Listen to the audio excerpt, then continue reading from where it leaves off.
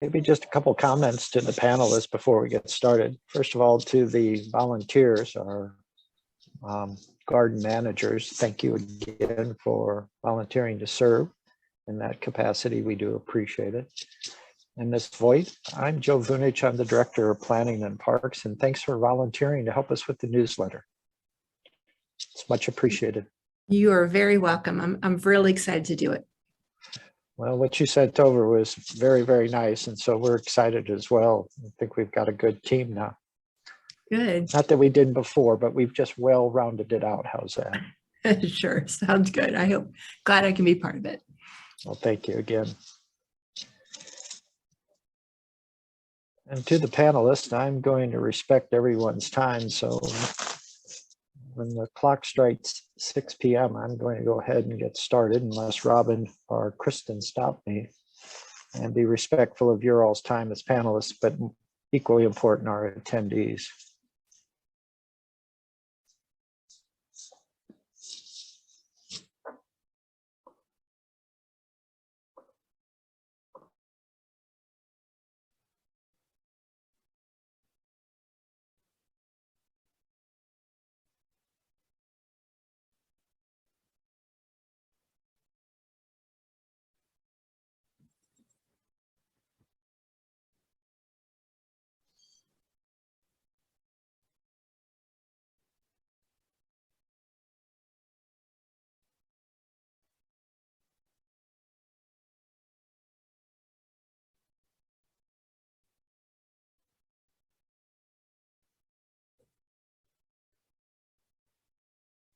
Ms. Keith, I have the 6 o'clock hour. Are you ready to go? We are ready. So Thank you. first, I would just like to thank everyone for coming this evening. And before we get started, I'm going to turn it over to Director Vunich to give us an opening. And thank you, Ms. Keith. To all the attendees, more so than the panelists, since I've met most of them, I am Joe Vunich, the Director of Planning and Parks here at the City of Wildwood, and I've been given the privilege to kind of kick this orientation off. And so first, as Robin echoed, I want to thank you all for your attendance tonight. Over the past couple of years, we haven't had an orientation, certainly because of COVID-19. But last year, we recognized that maybe just you all as attendees and our gardeners, seeing the faces of our volunteer garden managers and city staff will help you over the coming season to recognize who's out there to assist you, who can help you, who can answer your questions, etc. So we're very excited about the 2022 season for a lot of reasons, but I think at the top of that list is the fact that COVID-19 is waning in the St. Louis metropolitan area, which means hopefully we'll be able to have more normal work days, our events, and you all be able to get to meet each other maybe a little closer and not so social distanced. Because again, we are a community garden and we hope you take advantage of talking with your neighbors in terms of the plots and just having a good time this season. You'll hear a lot tonight from our volunteer managers as well as other city personnel, but I want to just conclude by thanking you all for your interest in the garden. It's been a very successful offering of the city, but it's successful because of all of you and you understanding the benefit of community and taking part in something that obviously requires you to maybe get out of your routine a bit. So thank you all. And as the department director, I just want to wish you all a very good gardening season and a lot of plentiful harvest. Thank you. All right, thank you, Director Vunich. So now what we would like to do is just go into introductions of our panelists this evening, so you know who you're talking to and who is giving information. So with that, I'm going to go ahead and pass it right on to our volunteer community garden managers because they really are the stars of this show. Rick, would you like to start us off? Sure. Rick Archesky. Been with the garden since its beginning, 2011, and have served as the garden manager for several years now, helped out. kind of the in-between person, and as long as as well as the other gardeners with you gardeners and the city itself. So if you have any questions, any problems, any comments, let one of us know, and we'll approach the city and try to solve those problems. That's about all I have. Maureen? Hi, I'm Maureen Ryan Jones, and this is my second year to be a garden manager. Very excited. I think this year is going to be very plentiful in our growth as well as our fun. I started gardening when I was a kid, and some of my fondest memories were when I helped my dad. We had a very large family. I ran out and he would always grow vegetables in our backyard. And so as a kid, what did I want to do? Go back and help and get my hands dirty and then pick them. And I, even as a kid, liked the vegetables. I was a teacher for 34 years, and my one of my degrees is in environmental science. I was happy and delighted to write a grant that was accepted by the Missouri Department of Conservation. And with that, that's when my true love of gardening with children started. And so with high schoolers and my elementary students, we designed, dug, and planted an outdoor garden. And we put in many varieties of Missouri wildflowers as well as edible veggies. We started our vegetables as seeds in our classroom with our indoor grow lab. And then when they were ready to be transplanted, we put them outside. And it was just super fun, super amazing, and really engaging for the children. As far as the Wildwood Community Garden, I think my favorite part is the interaction with all of the people. I love walking around. I love up there working on quiet mornings, but I also love going up and just interacting with the people, watching their different plots grow, walking around, seeing all their different ideas. And I think for me, one of the most favorite moments is later in the season when you're working in your garden and the gate opens. You really can't see people because all of the plants are so high. And that's one of my favorite parts, is just to kind of guess who's coming into the gate. Thanks, Maureen. Mark, would you like to go next? Hi, my name is Frank Mark, and I'm still working full-time for the Energizer Battery Company. And for those of you who don't recognize that name, that's the Pink Bunny headquarters here in St. Louis. Born and raised in Lakewood, Ohio, spent 10 years in Chicago, and have been here in St. Louis since 1987. Been with the garden, I think, about 6 or 7 years, and pretty much try to concentrate on bell peppers and tomatoes, and every once in a while try to grow some zucchini. Sarah? Hi, everybody. My name is Sarah Vogt. I live here in Wildwood. I'm in my third season at the garden. So my family and I got our first plot the March of COVID. And man, it meant so much to us to come up every day, have something to do, to look forward to and to see people. That was one of the only places I think we talked to people. It was at the garden, especially that first summer. So I'm going to be helping with a garden newsletter this year, and I'll talk more about that later.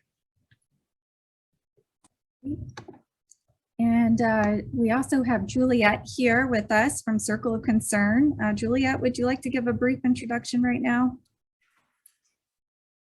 Oh, you are on mute. You'd think 2 years in, I'd be better at this by now, but no. I was thinking how I would begin, and it's that I've never had success with a tomato in my life, ever. The birds always hit it the day before I'm about to pick, always. We love you guys. We just love the garden. We love the idea. We love the produce we get. So I'm very happy to be here.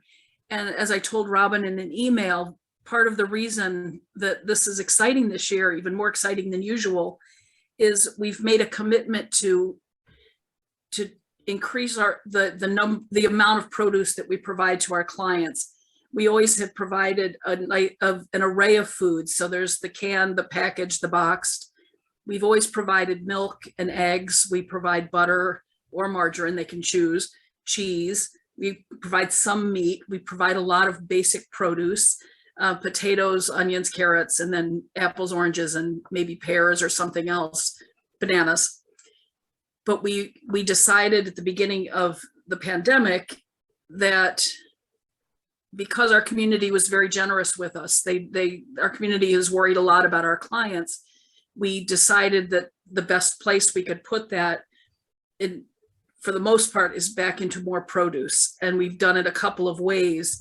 That, do you want me to do my talk now, or just should I stop with I can't grow a tomato? Right now, we're just introducing ourselves. Okay, you've heard a lot already, but I'll dive back in later. So happy to be here. Chris, did you want to go next? And I'll go last. Okay. Hi, everyone. My name is Kristen, and I have been with the Department of Planning and Parks since 2019. And last year was my first year with the garden. Started off helping with registration and then kind of went into the rest of the year. It was kind of a quiet year, I think, last year with everything. And then this year, I once again handled the registration. So I thank you all for bearing with me, and we got through it. So we're all registered. We do have 16 new gardeners with us, so that's pretty exciting. I'm a beginner gardener, but I can register you perfectly. So don't judge my garden. But I appreciate you all being here. Welcome, and we look forward to a great garden season this year. Thanks, guys. All right, everyone, and I am Robin, and I am new to the city as of last year. In fact, I just started the community garden activities with slightly after Chris, so we were both newbies last year. This will be our first full garden season with you. My family actually grew up in northwestern Ohio. I have a large extended farm family. But my mom was the oldest of 6. And when she came of age, she declared that she would never marry a farmer. And she left the state of Ohio and never did marry a farmer. So when I became a city planner with St. Pete, Florida, which is the position I had before this one, I got very involved in the local food movement, and we established a youth-led urban farm project in a city food desert, and we changed state and local policy around urban agriculture or growing in the city. So I brought it a little bit full circle with my family, even though my mom to this day is still more of a green thumb than I am. But I am very excited to be here for another garden season with Chris and with our garden managers. It's just a lot of fun, and it's just so much fun to be out in the garden. I have my lunch out there when it's nice every day, and I get to meet people and meet all of you, and it's just a blast. So thanks for having me with you, and let's move forward into our agenda. So first step, Mr. Frank is going to present our community garden survey results from last year. And if you'll hold John just a moment, I will bring up the screen. So this is 3. Share. All right. So many of you will probably remember that back in October of last year, the city sent out a survey. And so what we'll present to you are probably the highlights of those surveys. Of the 139 some gardeners, we got back a response of 62. So a little bit less, or 65, a little bit less than 50%.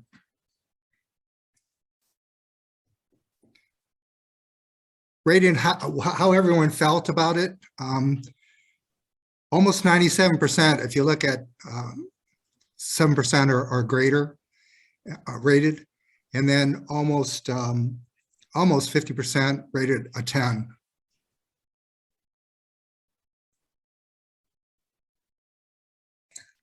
So I'm going to interject real quick and say we're feeling pretty good about ourselves right now. And then the various reasons why people go to the garden, the highest, a lot going in the mornings, many on Saturday mornings, and obviously on weekday mornings.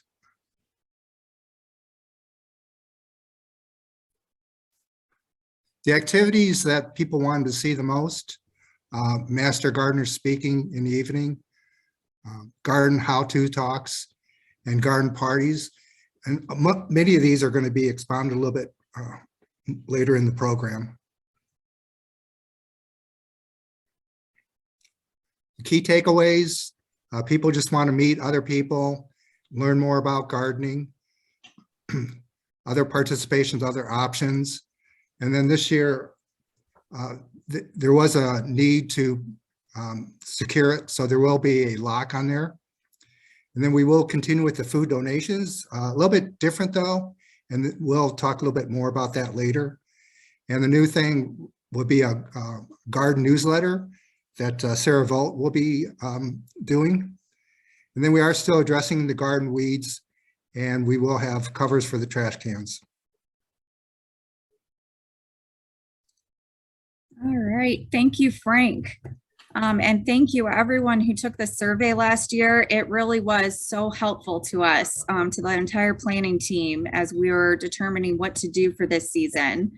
We got a lot of great feedback, a lot of specific suggestions. So we tried to touch on the highlights here, but we just want you to know that we did hear you and we did try to incorporate feedback as much as possible. So with that, we'll move next into our garden reminders for 2022.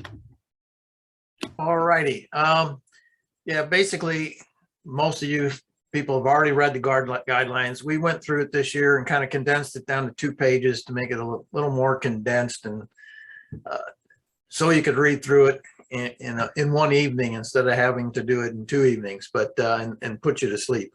So basically, just a couple of reminders that this is an organic garden. There are no pesticides or herbicides allowed.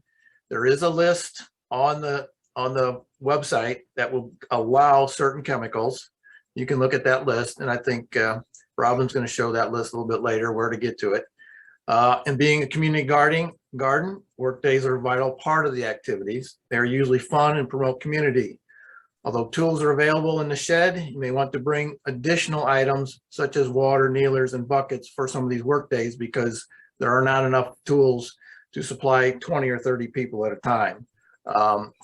But the thing is promoting community, as Maureen said, love to talk to people, what they're growing, how they're doing it, you know, what techniques they're using. It's great.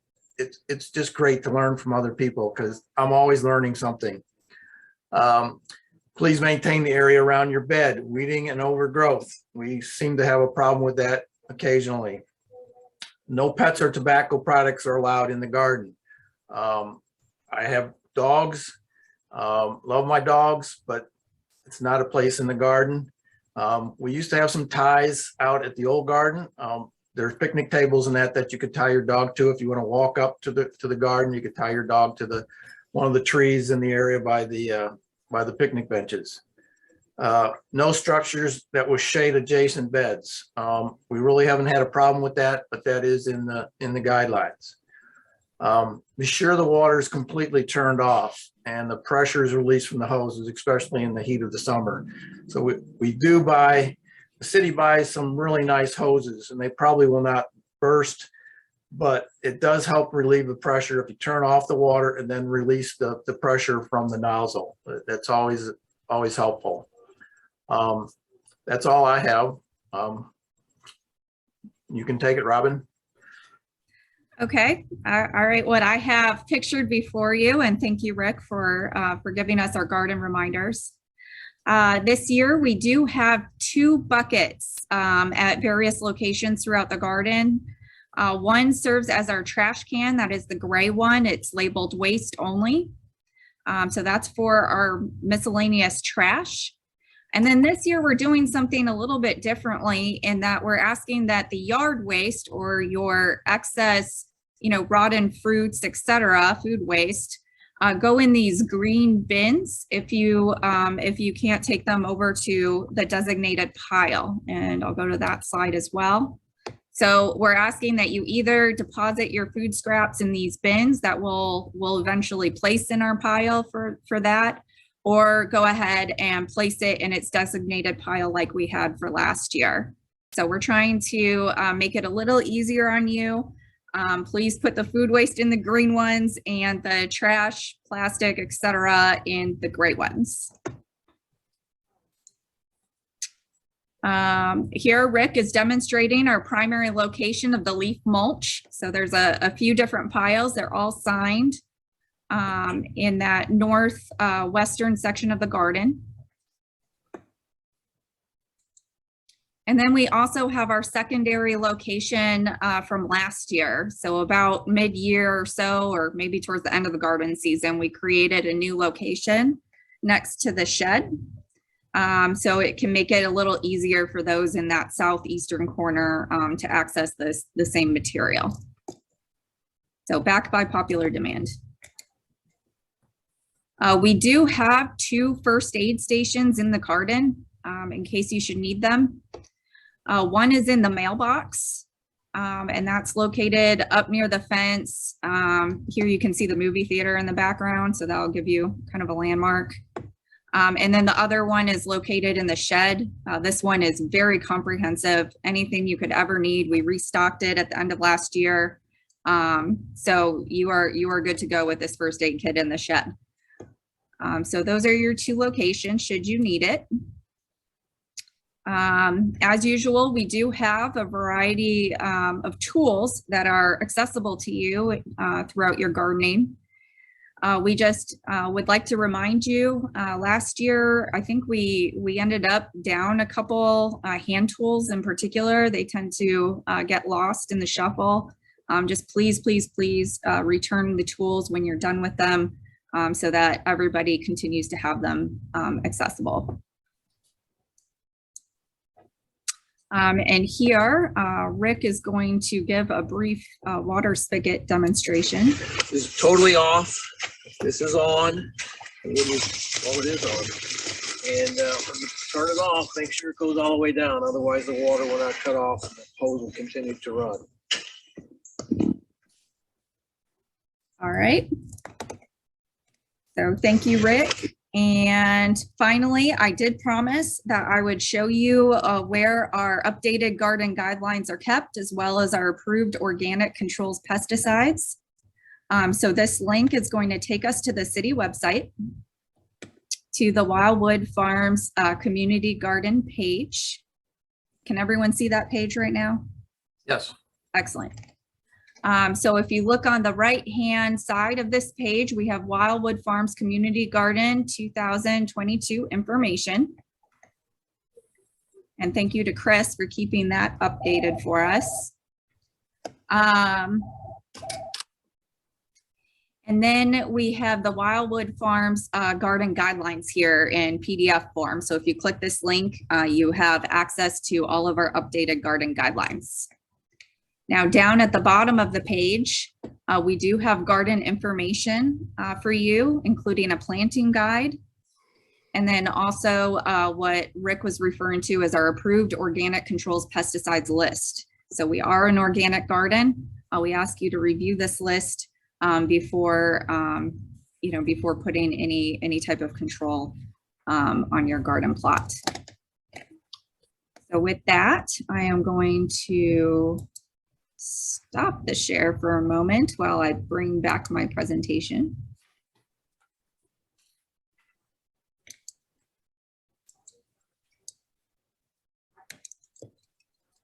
And for whatever reason, it doesn't want to respond to me. So just one moment.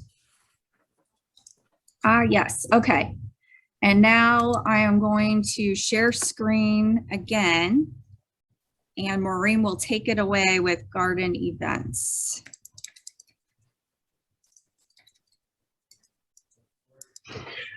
Should I wait until it comes up? I'm just. Yes, is it? Goodness. Okay. Sorry, it's giving me problems. Okay.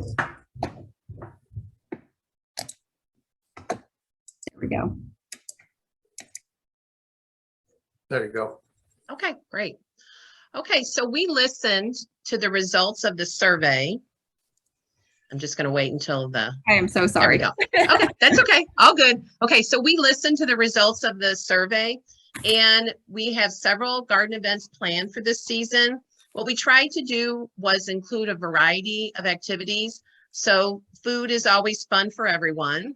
We also tried to bring in garden yoga on the 11th. So we bring in our own exercise. We're starting it off on the 19th of March with the Lawn and Garden Summit, followed in April with the Arbor Day event. That's our edible landscaping speaker, and then a fun caramel apples treat. I already mentioned the garden yoga. On July 13th, we're having music in the garden. And then on August 13th, we're doing a watermelon social. And then we're finally ending our activities on September 21st with scarecrows in people's boxes who would like to make them, and then as well as a bonfire. We are also including in our newsletter some articles, specific garden topics that will be embedded in the newsletter. And Chris, did you have something to say?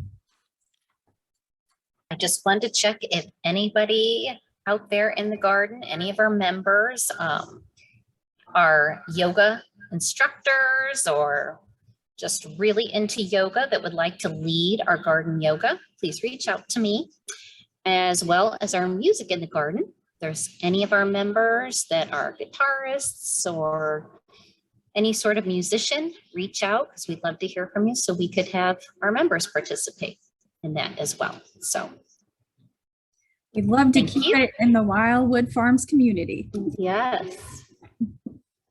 Were we going to mention too, I think for these events, I think all of them except the 9th, or let's see, the 19th and the 29th, they are work events. And also we are going to try to collect items for Circle of Concern during those events. And you'll see something in the newsletter about what type of items that we're looking for. Mhm. All right. Well, if there's nothing else around events, I'll move it forward. Actually, I'm going to stop sharing because I believe our guest speaker from Circle of Concern is next up on the stage. You already know my worst gardening secret, so we can move on safely from there. I am very happy to be here. I spoke with Michelle in our pantry director, and she was like, "Oh, I wish I could go." And I'm like, "You could, but no, I get this one." I wanted to let you know just an update of how things are going at Circle, how they have been going. And just looking forward, as I mentioned, this focus on produce that we've got, I want to talk a little bit about that, if that's all right.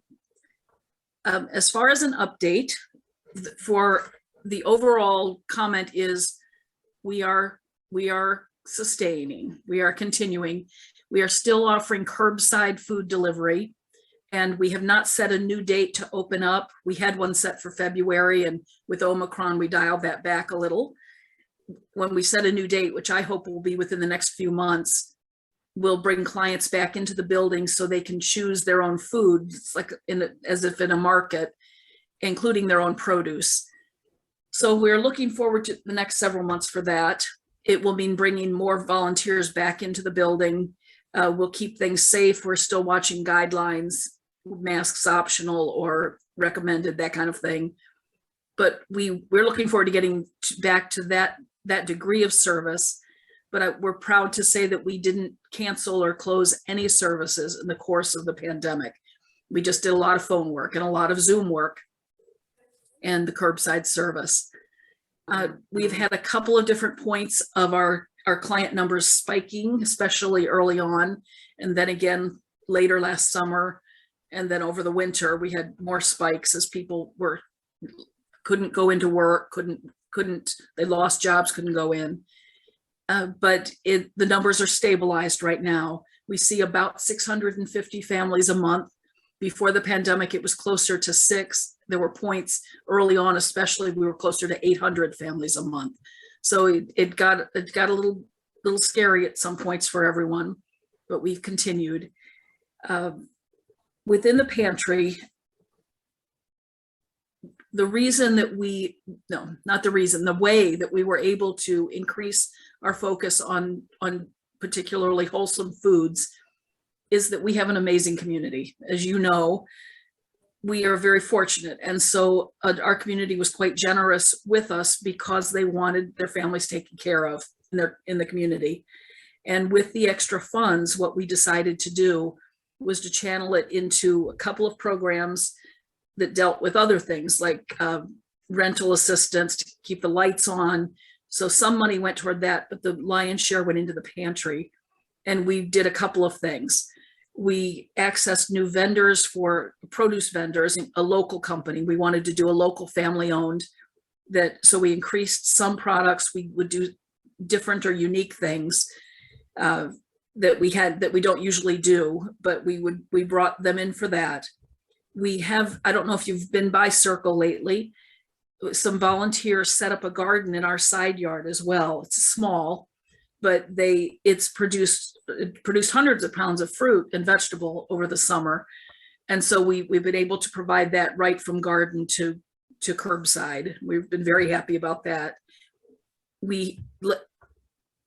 People have loved their gardening in the last 2 years, and just in talking about how that's where you'd see people, that might be the one place where you would meet up.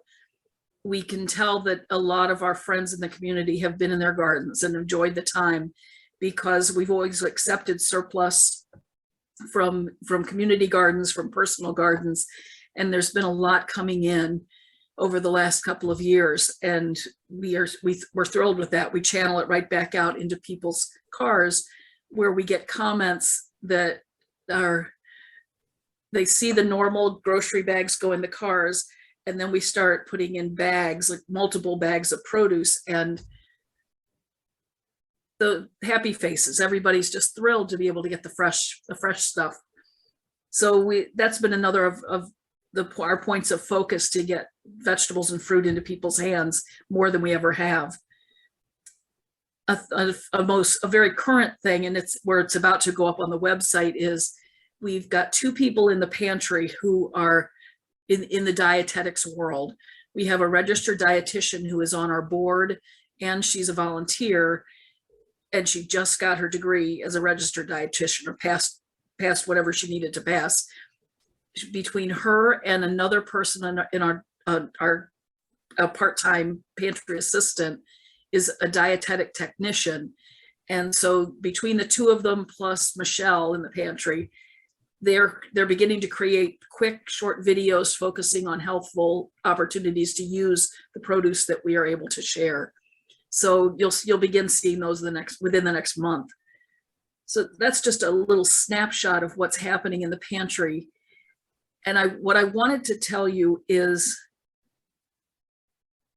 not the process of what we're doing, but more the impact on families and what we're hearing from families.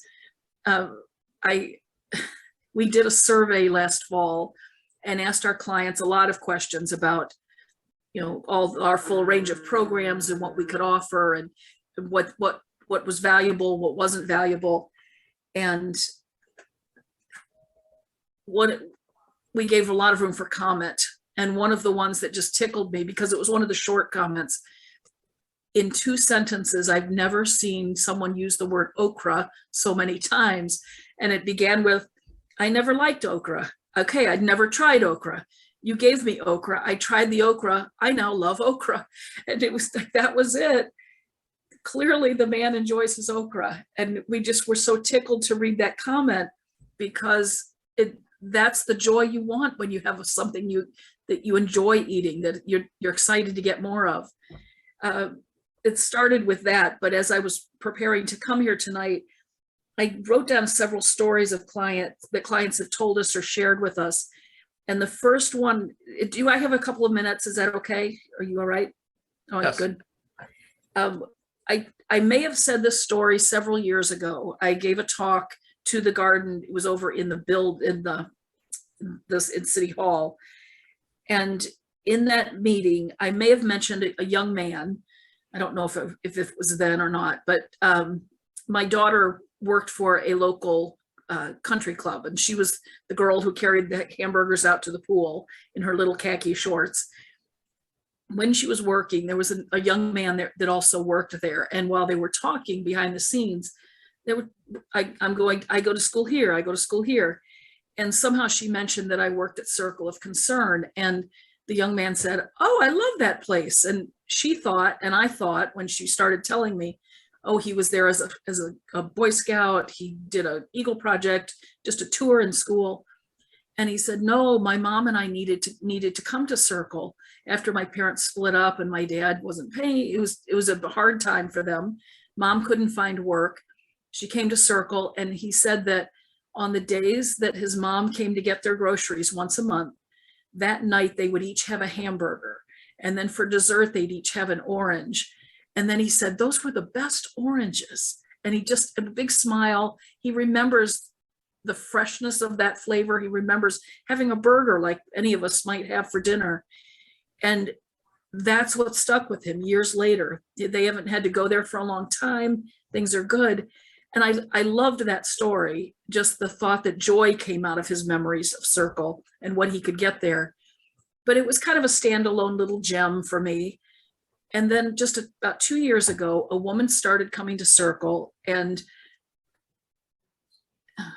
it had been a very difficult 5 years for her. A marriage ended. She had her son in her home.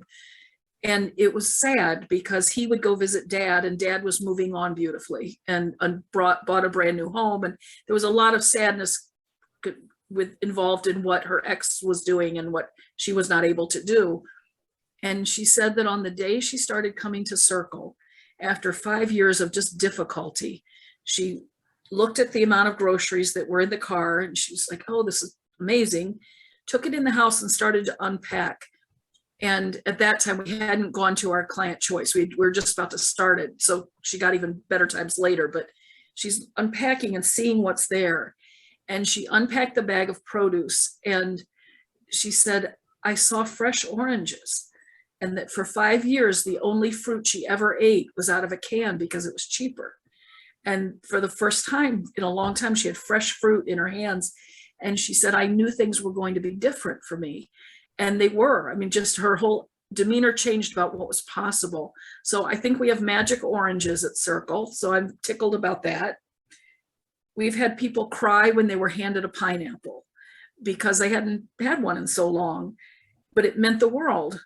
We had a woman came who was, her retirement didn't last as long as she had planned.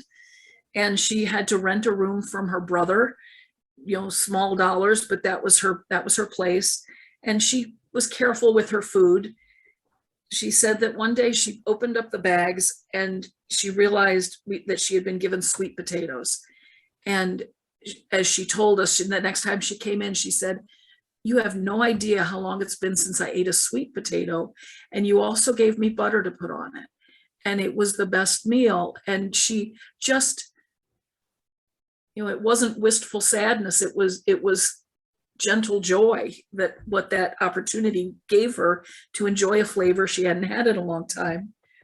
Oh, Juliet, I think you are going to have us bawling. It happens. These are just such touching Yeah. stories. We appreciate this so much. We hear them every day, and I won't go on all day, but just know that what comes in our doors, our families enjoy so much. They just enjoy so much. So if there's a way I can encourage and thank and show gratitude at any of those events, whatever, let me know, and I will be happy to do it because we are that grateful for you and for your gardeners. So thank you, thank you, thank you. Thank you, Juliet, for all that you do. You do some amazing work. We thank you for coming to our Zoom tonight to share these stories with our community gardeners. And I know one thing we read over and over again in our community garden survey was we want to donate to Circle of Concern this year. We want to donate. So we absolutely want to participate in your mission. And again, Great. Thank you for coming tonight. Thank you. I didn't know if the meeting goes closed at this point. Just you tell me if you need me to sign off or what you need. You're welcome to leave at this point if you like. Okay. but you're also welcome to stay on. It's up to I you. think I'll step back and for you to, but let me know whatever you need. Thank you. Thank you. Thank you. Thank you. All right. Wonderful. All right. Well, next, I think we'll go back to Rick. And Rick, did you just want to share a little bit of the logistics for donations? Yeah, it's pretty simple. I think you have a video that Oh, yes. Let me bring that back up. we will have to check to make sure Tuesday is still the drop-off day. But if it is, obviously you can't pick your fruit or your vegetables 2 weeks in advance. Over the weekend, maybe Monday, we'll pick it up Tuesday morning and take it down to Circle Concern on Tuesday morning. And it's very easy for us to do. So we'll continue to do that for a while. She's showing the video. You drop it off in the vestibule at City Hall at the upper parking lot. The doors are always open. There'll be some containers there that you can put your produce in, and we'll pick it up on Tuesday morning, usually 10, 11 o'clock, and when we take it down there. But they were always very appreciative of anything we brought, no matter how much we brought. And so I encourage people to please donate. There were times, previous years, that we've had rotting vegetables, and it could have went to Circle of Concern and somebody could have used it. So yeah, there'll be either one or two of those there. One gets filled, we'll put another one there for you to fill up.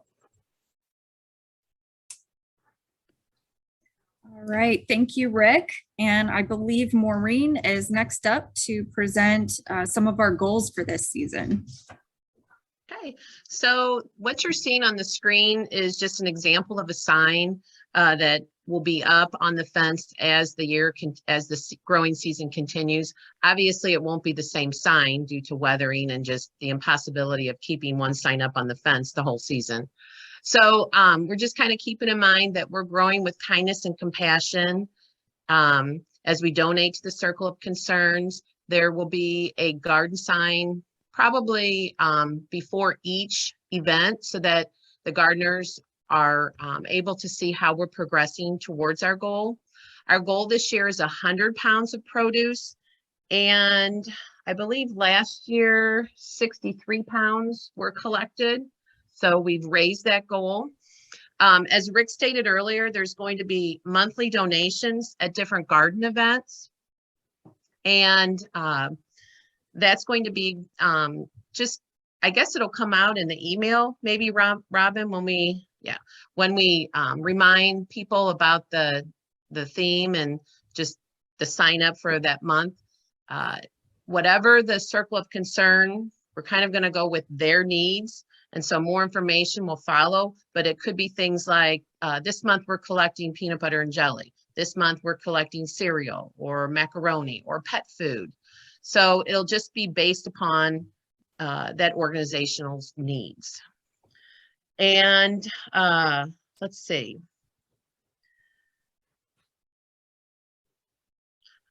I think I want to bring it in if it's okay. If we reach our goal, we have a little reward planned where everybody will get a $5 off coupon towards next season's registration fee. So to celebrate us reaching our goal or even surpassing it. And I think I'm just going to end with just a little thought, since we know there's a relationship between plants and humans, and we all plant our seeds so automatically in our seedlings.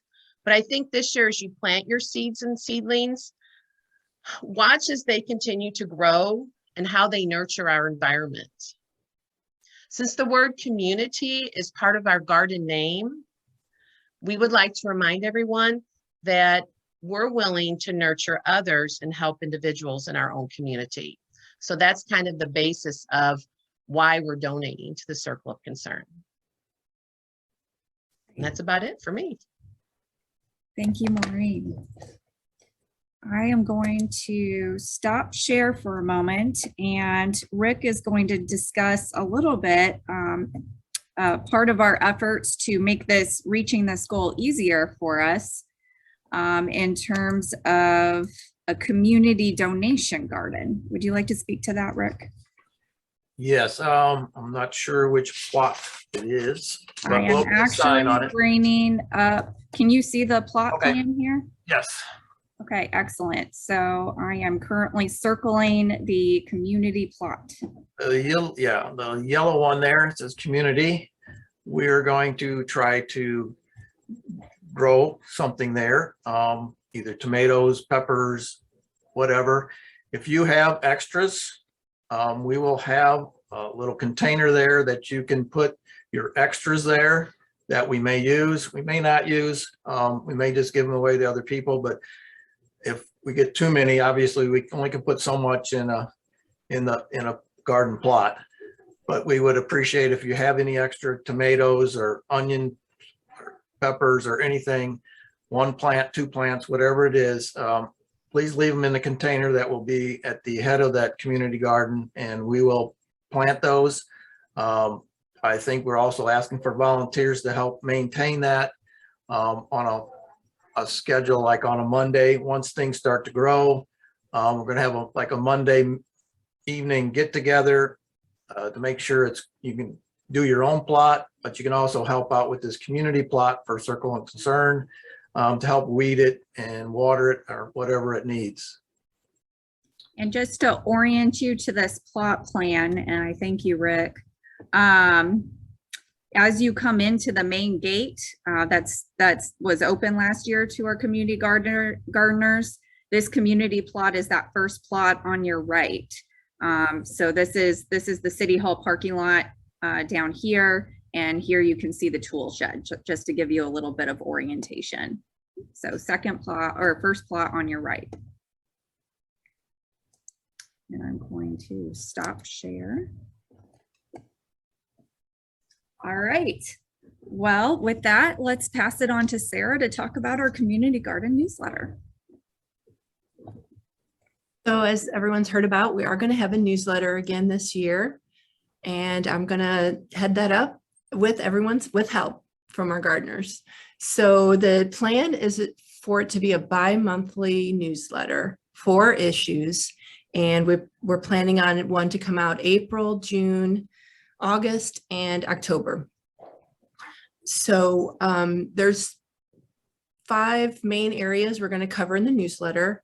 The first emphasis will be on just reminding everyone of the upcoming garden events that are going to cover that 2-month period. So we'll have the dates in there. We'll go over what's going to happen at that event. And we're going to incorporate into the newsletter another reminder about how we can support Circle of Concern at that event. So what everyone can bring if they can donate that at that time. And then again, when it's a work day, we're going to remind people about that too. There will be maybe a little announcement box to talk about any reminders about garden guidelines or anything else actively going on with the garden that the managers want everyone to know about. We'll have that in there. We're also going to try to have a room to address some garden topics. So there's 3 different topics that gardeners wrote in about that they would like discussed, and we're going to try to incorporate that. And that's mainly more information about plants that attract beneficial insects, the most successful plants to plant in our region of the world, and companion planting. So what plants go together to have the healthiest garden. So we want to have space for that in some of our newsletters. And then also, if we have space, we'd like submissions from gardeners. And it could be things like recipes to address what's currently in season in the garden. It could be some unusual plants. I know one time I saw some gardeners growing something I had never seen before. And I walked over to talk to him and said, "Hey, would you tell me what that is? I don't know what that is." And it was really foreign, and it was very interesting. So maybe we can incorporate something like that in a newsletter. Also, what insects or what we're seeing that's a problem and how people are coping with them. So that could be something we can add to as the season goes along. So those are some ideas for the newsletter. And then finally, we want to keep updating everybody on how we're meeting the goal for Circle and Concern, where we're at and where we're going and how that's going, and any, address how that's going. So that's basically our newsletter. And we hope to deliver the first newsletter, I believe, by email on April 13th. So for anyone who would like to write in articles or submissions or high quality photographs that might be incorporated, they can submit them for this first email to me at my personal email, which I'll give you in a second. And that I would probably need them by March 25th. I think that would give enough time to get in the newsletter, have the garden managers take a look at it and get it approved before it can go out in the email. So if you happen to send something to, I believe, Kristen or Robin, they could get it to me also. And then my personal email is my name, which is Sarah Vogt. Maybe we can put this in the chat later. SARAVOGT and the number 1, sarahvogt1@gmail.com. So that's my personal email.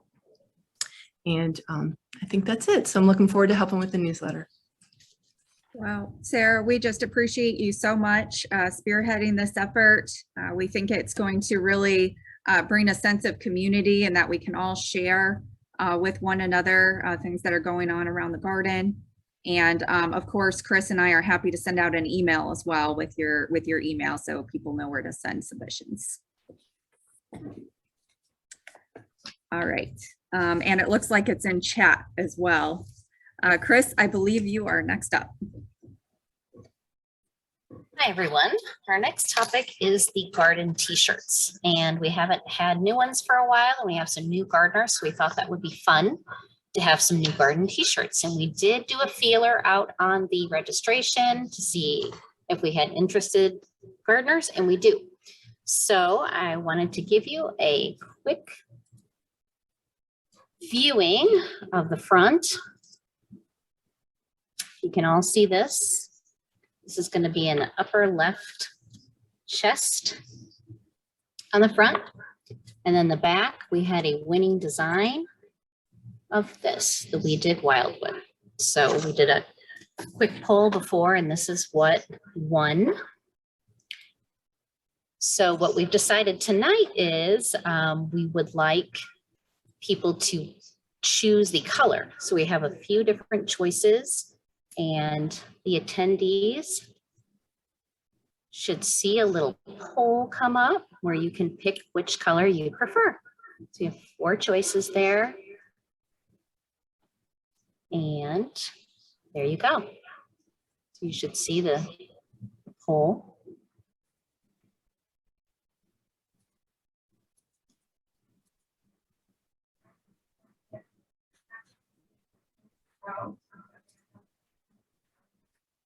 I'm talking, but we're going to give it just a few more seconds to give you a chance to vote, but we are definitely getting responses, so thank you.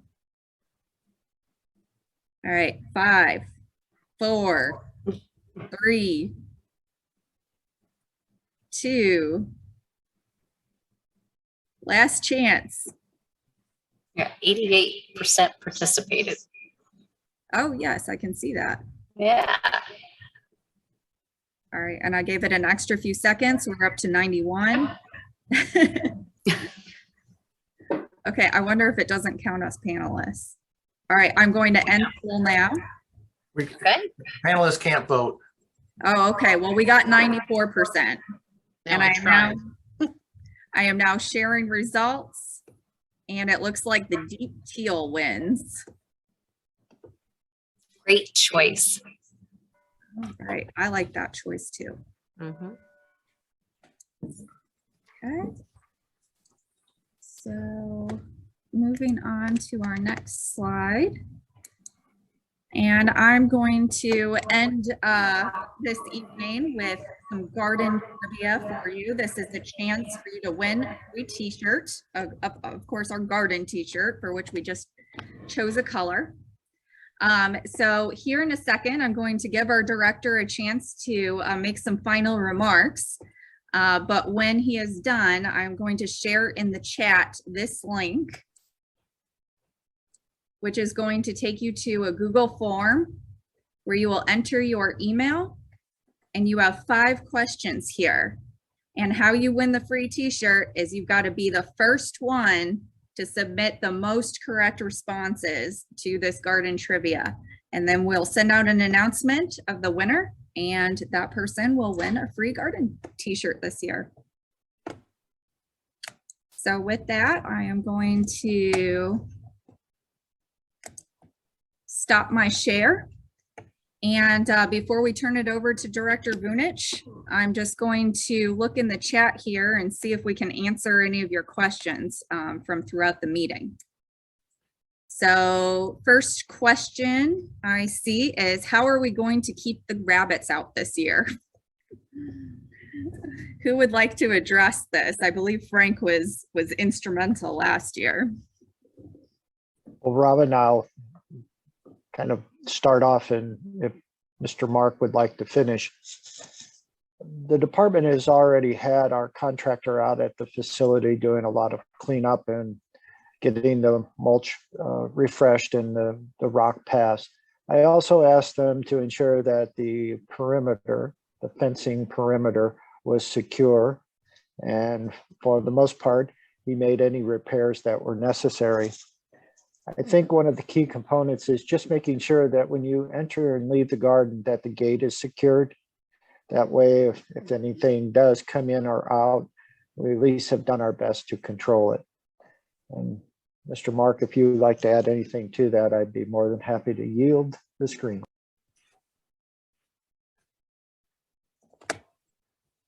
Joe, I think you covered pretty much all of that, but we will periodically keep checking around the perimeters to make sure that some of these clever rabbits don't find other ways to get in.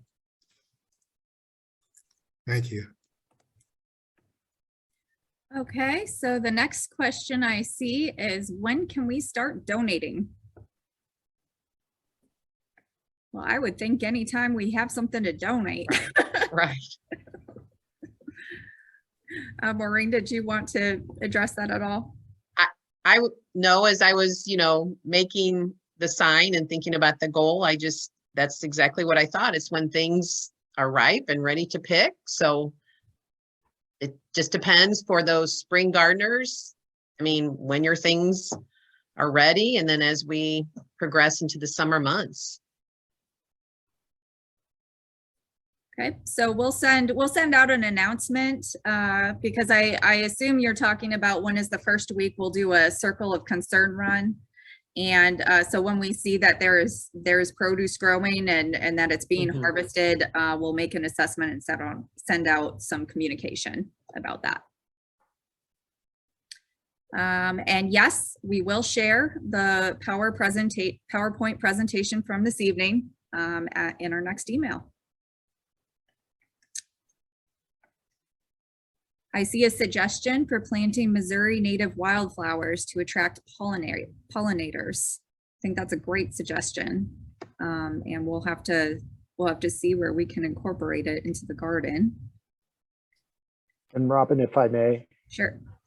The city council that oversees the expenditures of all funds and the decisions we make that affect all of you as residents and gardeners was kind enough to give the department a budget for the community garden. So prior to the first workday, if that's acceptable to the volunteer managers, we'll purchase some items that can be planted that's consistent with what was just described. And certainly as part of the first workday, that may be something that you all can do. Thank you. And to finish us out, it looks like we need a lock orientation. And I believe Chris has a lock to demonstrate. Do you have the lock? Here it is. Okay. The combination is going to be in the bottom. We're hoping this stays on the gate all the time. You can go in the garden. We like to garden during the daylight hours, but the lock will probably be on all 24/7.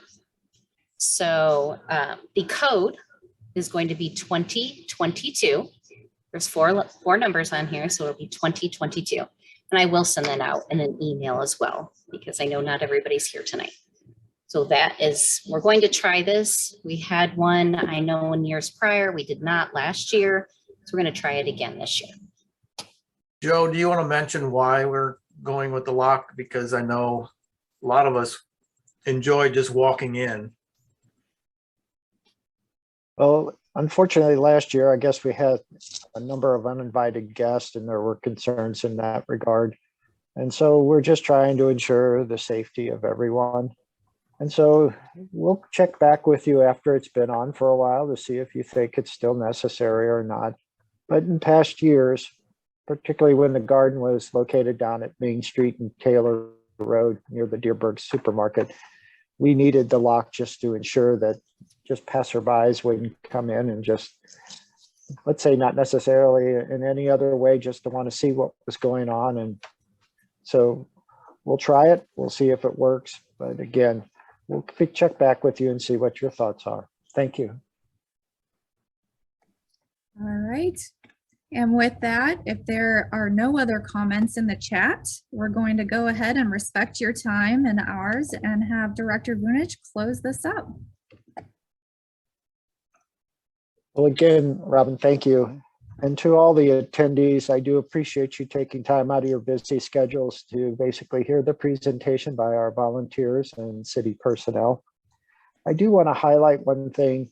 On March 19th, starting at 1 p.m., the city is hosting a lawn and garden summit. There's a great deal of information about the summit on our website, as well as on our social media and the weekly e-newsletter that is published by the city. It'll be a great opportunity to hear from experts in a number of different fields. Pat Melrose from Far Greenhouse will be there, and he's always very entertaining and knowledgeable on a lot of different subjects. At the city booth, there will be different people there, and we'll be talking about the community garden. So if you have any specific questions that you didn't ask tonight and you're at the summit, the Lawn and Garden Summit, please come by the city tent. People will be there and we'll be able to hopefully help you with any of the questions you have or take any of your suggestions. So again, March 19th, it's Saturday, starts at 1 p.m. and it is up at 221 Plaza Drive. And if you're not familiar with the address, that's where our weekly farmers market is located. We are recording this event tonight, and so we will post the recording as well on the community garden page. So if you know of any garden friends that weren't able to attend, if you'd like to let them know that it's available and they can go through the recording and catch up with what they missed tonight. And with that, I want to extend my thanks again to the volunteer community garden managers. We'd really appreciate the assistance. We have a small staff here at the City of Wildwood, so their assistance is critical to a successful garden season. And to Ms. Vogt, who's stepped up and going to do our community garden newsletter, I do want to extend my thanks as well. And to Chris and Robin, who carried the load to get everybody registered and get this all prepared for tonight, I extend my sincere appreciation as well. And all to the attendees, I would say have a great garden season, and I hope to see you out there and we can introduce ourselves and talk. Thank you. All right, and do not leave yet, because as promised, we do have garden trivia. I am sharing the link now. And first one to send me the most correct answers will receive a free garden t-shirt this season. So I'll go ahead and leave the Zoom up, but thank you and good night to all. Thank you very much. Thank you. Good night. Thanks, guys. Good night. Thank you.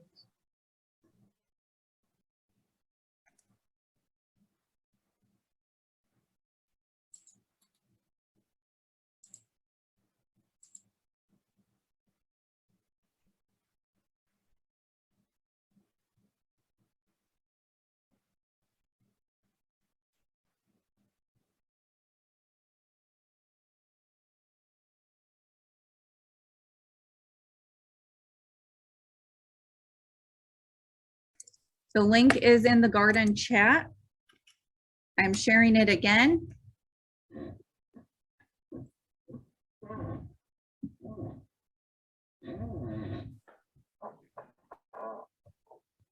And at the bottom of each of your screens, there should be a number of icons. One has just chat. If you click on that, that should open a new screen where you can see the link and click on it.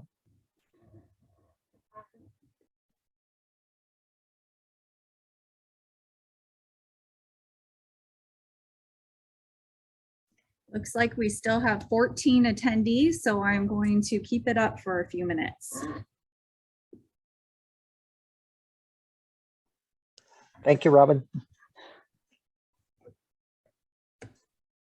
All right, to our panelists, you are welcome to go. I am happy to be our garden trivia person here. Thank you so much, both you and Kristen and Joe. You guys do Yes. so much. Thank you. Thank you for all your hard work, you guys. Thank you all. Thank you, and have All a right, great see- night. You too. See you soon. Night. Bye-bye. Bye all. Thank you.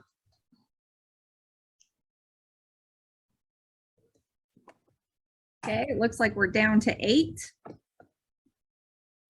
Again, the link is in the chat and it will navigate you to a separate page to take the garden trivia survey. So once you are there, there's no need for you to stay in the Zoom.